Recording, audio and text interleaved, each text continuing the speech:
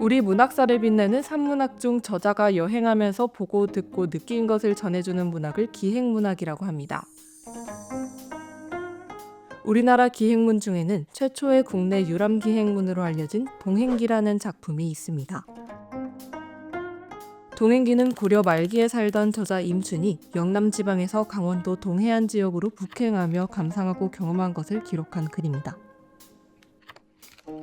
동행기의 문학사적 가치와 뛰어난 작품성을 알게 된 저희는 중앙대학교 국어국문학과의 국내 탐방 지원 사업에 힘입어 작품이 창작되고 900여 년이 지나 동행기의 유람을 재현하기로 했습니다. 동방을 향해 함께 떠난 사람들, 저희는 동행자들입니다. 아침 8시 정각에 학교에서 집 앞에 출발했습니다.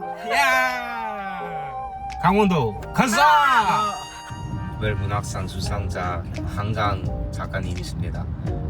그러나 얼마 안 되어 고려의 임춘이 알지 못했을 상황을 마주하게 되었는데요. 바로 수도권 교통정체였습니다. 지금 광주 원주 저속도로를 타고 가고 있습니다. 교통 때문에 다소 지연이 됐지만 마침내 혼잡에서 벗어났고 저희의 속도와 사기도 높아졌습니다. 아파트 기다리던 너의 아파트. 휴게소에 들어와선 정말 서울에서 벗어났음을 실감했습니다. 양평. 고속도로에서 빠져 남쪽으로 가다 보니 길이 좁아지고 풍경이 푸르러지기 시작했습니다. 저희의 첫 목적지인 중령은 경북 영주시와 충북 단양군 사이에 있는 고개로 동행기에서 제일 먼저 나오는 지명입니다. 저희는 중령 휴게소 옆에 있는 표석에서 기념사진을 찍고 다음 장소로 이동했습니다. 동행기에서는 중령 주변에 당진이라는 물을 방문했다는 기록이 있는데 당진이라는 지명이 현재까지 이어지지 않아서 어느 곳이었는지는 정확히 알 수 없습니다. 하지만 중령 근처에 희방계곡이라는 폭포가 있고 거리가 대략적으로 맞는 장소가 있다는 것을 발견했고 저희는 이곳이 당진이라고 추정해 다음 목적지로 삼았습니다. 당진이라고 추정이 되는 2번 계곡에 왔습니다. 와! 중령에서 서쪽으로 20여 리를 가면 당진이라는 물이 있다. 아래에는 자갈이 많은데 모양이 모두 둥글고 반질반질하며 푸른 빛이 난다. 좌우편은 모두 어마어마하게 깎아 세운 듯 산이 솟아서 만길이나 될 듯한데 붉은 바탕에 푸른 채색을 올린 것처럼 보인다. 이러한 것은 그 대략만을 적었을 뿐이요 그 기묘하고 수려한 점은 무어라 형언할 수가 없다. 희방계곡을 떠나 다음으로 찾아간 곳은 과거 선비의 고장이라고 불리던 영주시의 특색을 살려 탄생시킨 선비촌이었습니다. 선비촌은 조선시대 선비들이 거닐던 옛 저작거리를 그대로 재현해 놓은 관광지로 유명합니다. 선비가에서 선비스러운 점심을 먹고 나서 선비촌 옆에 있는 소수소원을 먼저 관람했습니다. 산과 같은 자연지대가 한옥과 어우러져 고즈넉한 분위기를 자아내는 장소였습니다. 사료관에서 퇴계 이황의 문집을 받고 소수박물관에서 복판 인쇄 체험도 해봤습니다. 저잣거리로 넘어가니 사극에 등장하는 느낌이 들었는데 실제로 선비촌은 추노를 비롯한 많은 사극 드라마의 배경으로도 유명하다고 합니다. 원래 계획은 선비촌에서 출발해 5시까지 강릉 허균기념관에 가려고 했던 것인데 아침부터 일정이 많이 밀려서 기념관의 운영시간 안에 도착할 수 없을 상황이 되었습니다. 사시? 무슨 말인가? 진짜. 대신 밤에만 즐길 수 있는 강릉대도 호부관화 미디어 아트 전시를 관람하기로 했습니다. 강릉대도 호부관화는 고려부터 조선 말까지 900년 넘게 강릉을 살핀 지방 관청으로 유명한 곳인데 이번 전시에는 갖가지 건축물의 내외부가 오색을 비추고 있었습니다.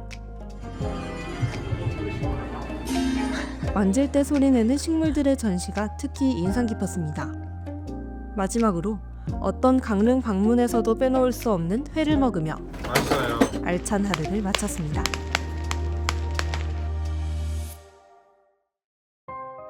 일요일 아침, 저희는 강릉에서 눈을 뜨고 8시 반에 길을 나섰습니다. 안전벨트 체크. 1, 2, 3. 4 번호 끝. 출발합시다. 강릉의 아침 모습을 구경하다가 어제 가보지 못한 허균 허난설원 기념관과 기념공원에 도착했습니다. 최초의 한글 소설 홍길동전을 지은 허균과 최고의 여료문인으로 인정받고 있는 허난설원. 이 두 남매를 기념하기 위한 문학공원은 국문학도의 강원도 답사에서 절대 빼먹을 수 없는 장소였죠. 기념관 옆으로 흐르는 하천을 보고 소나무 숲을 걸으며 허난설원이 어린 시절 이곳에서 뛰어놀며 문학적 감수성을 키웠겠구나 상상할 수 있었습니다. 강릉에서 북행하여 양양군 오봉산에 있는 낙산사를 방문했습니다. 관세음 보살이 머무른다는 낙산이 동행기에도 나오는데 여기 통일신라 시대의 사찰이 있습니다. 입장을 하고 올라가 보니 단풍이 참 아름다웠고 어느 순간부터 저 멀리 커다란 불상이 보이기 시작했습니다. 꿈이 이루어지는 길을 따라가며 함께 꿈을 이야기했습니다. 얼마 안 되어 낙산사의 유명한 불상인 해수 관음상이 나왔습니다. 그 뒤로 펼쳐진 것은 아름다운 동해였습니다. 시원한 바람을 느끼고 아름다운 풍경을 보면서 저희는 답사 이틀 차의 피로와 걱정을 잠시나마 잊을 수 있었습니다.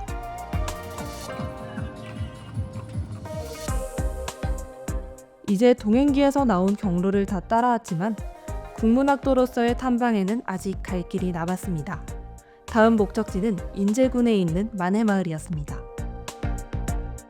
한국 문학사의 대표적 시인인 만해 한영운을 기념하는 이 마을에는 님의 침묵 광장과 산책로, 북카페 등 한영운을 모티프로 한 아름다운 장소들뿐만 아니라 문학박물관도 있습니다.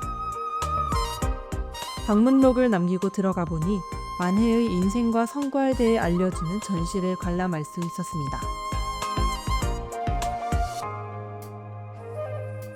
인제에서 막국수로 점심을 먹고 다음 목적지인 박인한 문학관에 도착했습니다. 책과 술을 사랑했던 박인한 시인이 태어나고 자란 곳, 여기 인제읍이었습니다.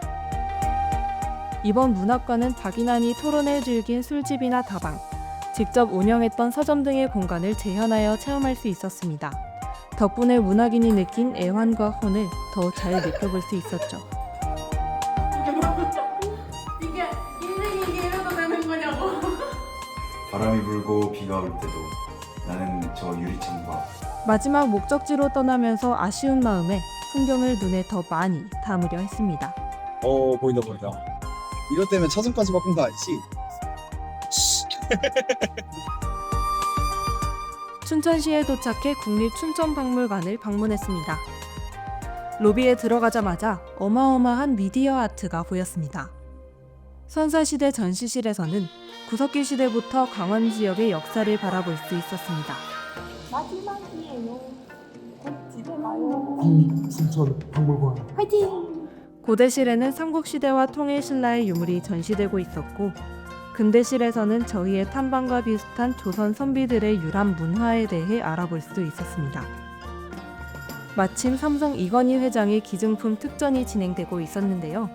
전공 수업에서 배웠던 초기 한글 서적을 실제로 보게 되어 반가운 마음이 들었습니다. 이만 박물관 관람을 마치고 마지막 춘천 닭갈비 식사를 마친 후 마침내 서울로 돌아가는 길을 나섰습니다.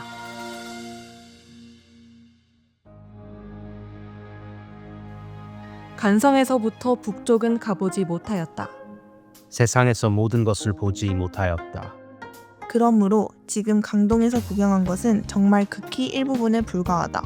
무릇 대장부가 널리 돌아다니며 먼 곳으로 구경을 다니어 천하를 휘젓는다면 장차 그 가슴 속의 수려한 기운을 넓히게 되는 것이다. 여기에서 하늘이 나에게 후원 혜택을 베풀어 주셨음을 볼 수 있다. 2024년 10월 박시우 이재시 정현진 황정아는 적는다.